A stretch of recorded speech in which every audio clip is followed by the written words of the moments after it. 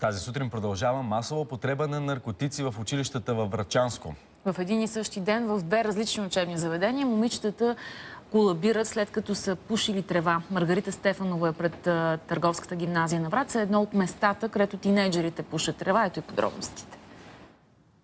Здравейте! Ние се намираме пред професионалната гимназия по търговия и ресторантьорство във Враца. В понеделник тук колабира деветокласничка след употреба на дрога. Дали е случайно или не, но същия ден в двора на училище в село Бутан, община Козлодуй, припадна 15-годишен ученик, също след употреба на дрога. Тези случаи не са изолирани. Ученици дори от елитните гимназии в града ни разказаха как може да се намери дрога, колко струва тя, до какво води.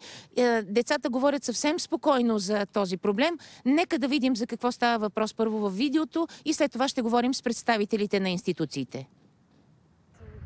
В понеделник в едно от междучасията деветокласничка от гимназията по ресторантьорство във Враца се почувствала зле. Ние видяхме от туалетната, когато и беше лошо, те очите бях станали такива. Изглеждаше много зле.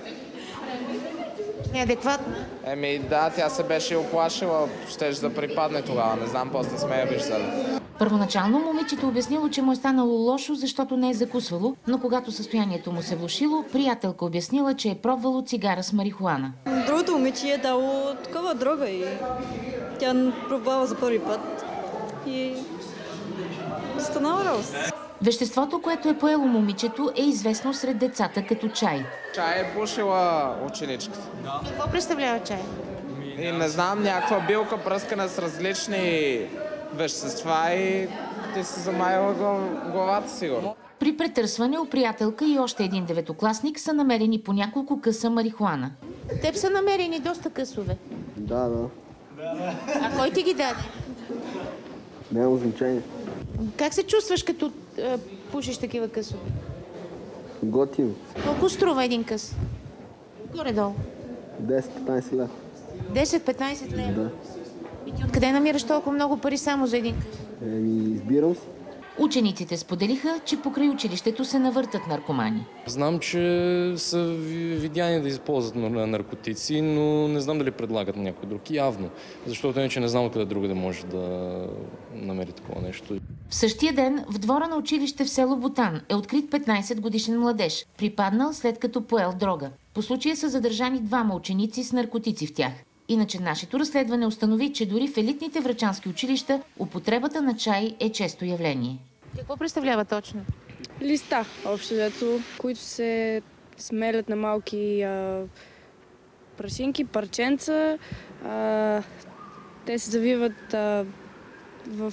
т.е. като цигара. Те не се продават завити. Продават се под формата на топче, което е увито в найлон. Понякога се смесва с тютюн, за да не е толкова силна и тежка цигарата. В зависимост от количеството дрога, топчетата се продават на цена между 5 и 20 лева. Предлагали са ми, обаче не съм опитвала. А кой ти е предлагал? Примерно мои съученици, хора, с които съм се запознавала.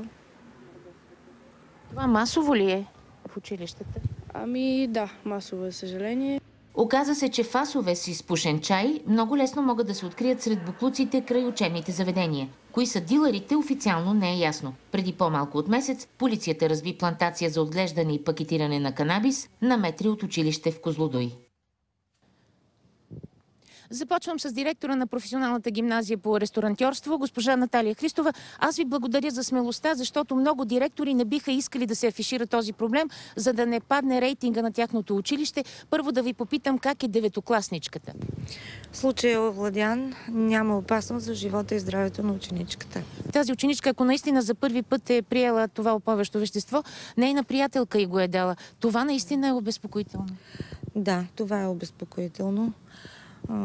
Това, което научих по случая, идва да покаже, че търсещата детска душа има нужда от внимание.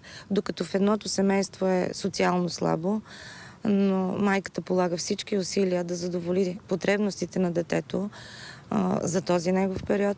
Другото семейство е изключително добре материално, но там отсъстват родителите. Това е тревожно. Детето вероятно иска да бъде забелязано и търси неправилната ниша.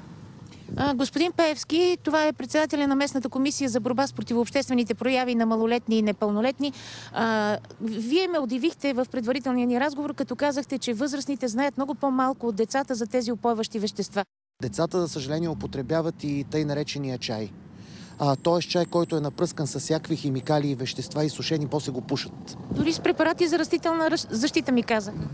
Да, има и такава вероятност.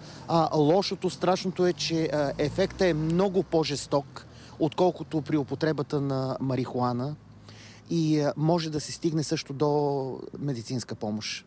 Какво установяват към момента тестовете? Това дали е марихуана или е някакво друго вещество? Това е директора на областната дирекция на полицията във Враца, комисар Иван Кирилов.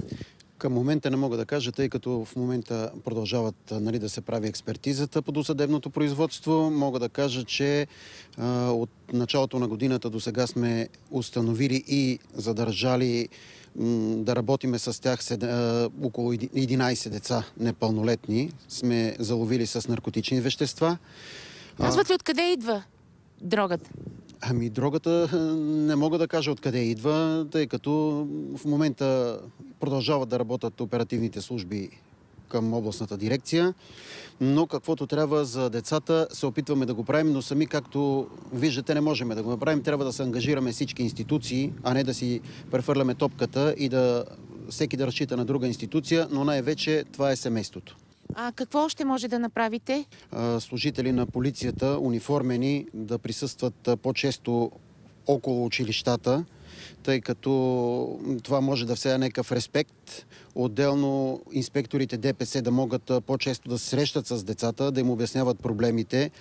Какво да се прави, госпожо Христова? Има ли панацея за решаването на този проблем? Едно време учениците можеха да се пребъркват, така да се види какво носят в чантите си, в дрехите си, защото полицията намерила от децата такива цигари. Ние нямаме право да извършваме права имате? Имаме права да набелязваме корекционни мерки, съгласно всеки случай, да следим за тяхното изпълнение. В момента изготвяме график за посещение на психолог. Има обаче индикации, че част от родителите искат да преместят децата си от вашето училище. Това решение ли е? На този етап до мен не са постъпили, но чух, че до колеги са се обаждали. Не, това не е решение. Решението е общо на болното ни общество. Това е проблем на нашата съвременност и всички заедно трябва да въстанем срещу бича, който се задава за атаката срещу децата.